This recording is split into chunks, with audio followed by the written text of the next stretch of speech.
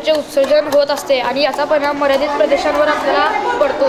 जेव्हा इथे भूकंप होतात तेव्हा त्याची तीव्रता किती आपल्याला। माझ्या उपकरणाचे नाव आहे टोलनाक्यावर हवेपासून वीज निर्मिती। माझ्या शाळेचे नाव आहे कर्मवीर भाऊराव पाटील विद्या मंदिर।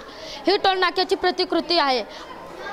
आपल्या देशात बऱ्याच रस्त्यांवर असे टोलनाके आहेत। तितकेच काय कोल्हापूर ते पुणे यांच्या दरम्यान 7 टोलनाके आहेत। प्रत्येक टोलनाक्यावर वाहनाची गती कमी होण्यासाठी स्पीड ब्रेकर असतात।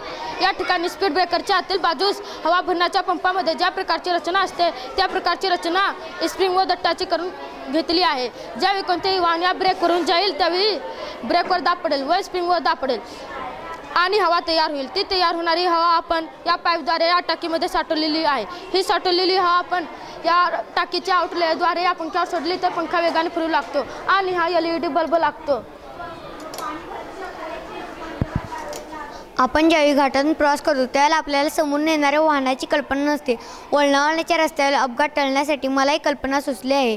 ज्यावेळी उजवीकडील वाहन येईल त्यावेळी डावीकडील वाहनासमोर दिवा लागेल, कारण रस्त्यावर बसवलेली लोखंडी पट्टीवर वाहनाचा दाब पडेल व दिवा लागेल व अपघात टाळण्यास मदत होईल। तर आता या यंत्रास विजेची गरज आहे तर आपण डोंगराळ प्रदेशात वीज कुठून आणू, तर आपण तेथे सौर ऊर्जेचा वापर करून वीज निर्मिती करू शकतो।